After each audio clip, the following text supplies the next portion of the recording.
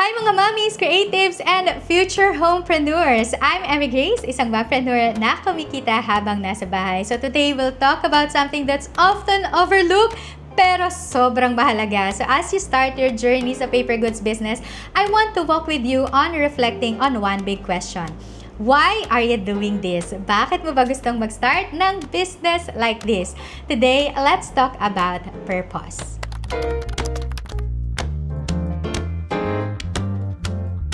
Alam natin na exciting magsimula sa mag-design ng mga cute na notepads, journaling pages, or planners. Pero sa likod ng bawat magandang produkto, dapat may malalim na dahilan. Kasi in this journey of starting a paper goods business, understanding our purpose is important. So hindi lang ito tungkol sa gusto natin, but it's also about what we believe we're meant to do, what we're called to do.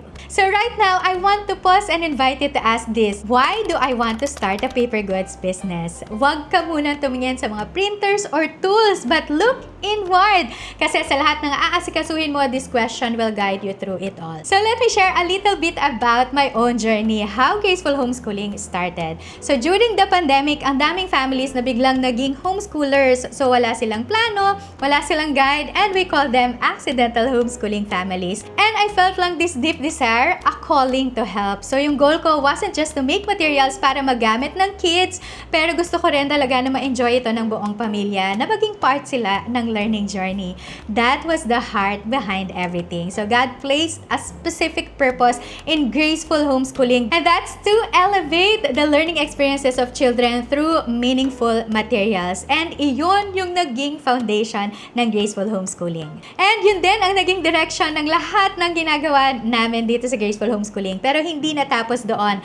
Later on, God gave us a bigger picture. So this time, hindi lang para sa mga bata, but also para sa mga mommies, particularly homeschooling moms and stay-at-home moms, just like me. So ito yung mga women who wanted to build something out of their gifts, their passion, and their purpose habang nasa bahay at nag-aalaga ng kanilang pamilya. That's when Graceful Homeschooling Plus was born. Pero kahit na lumamak yung vision namin, we remind ourselves, galing pa rin ito sa original purpose. And now, balik naman tayo sa'yo. Why is it important na klaro ang purpose ng paper goods business mo?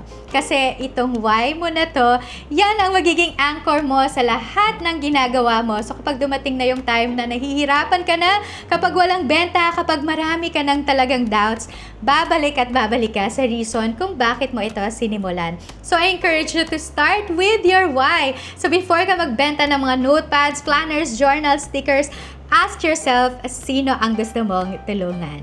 Anong klase ng kwento ang gusto mong i-share sa pamagitan ng products mo? And bakit ba mahalaga sa'yo ang ginagawa mong ito? So ito yung foundation na babalik-balikan mo at ito din yung magsusustain sa'yo. So I'll end this guide with this. So remember that our paper goods have a story. So hindi lang sila pretty product or functional, they carry meaning. They matter. They're not just products on a shelf, but they're blessings to homes, to hearts, and to dreams of those people na makaka-receive ng products na gagawin mo.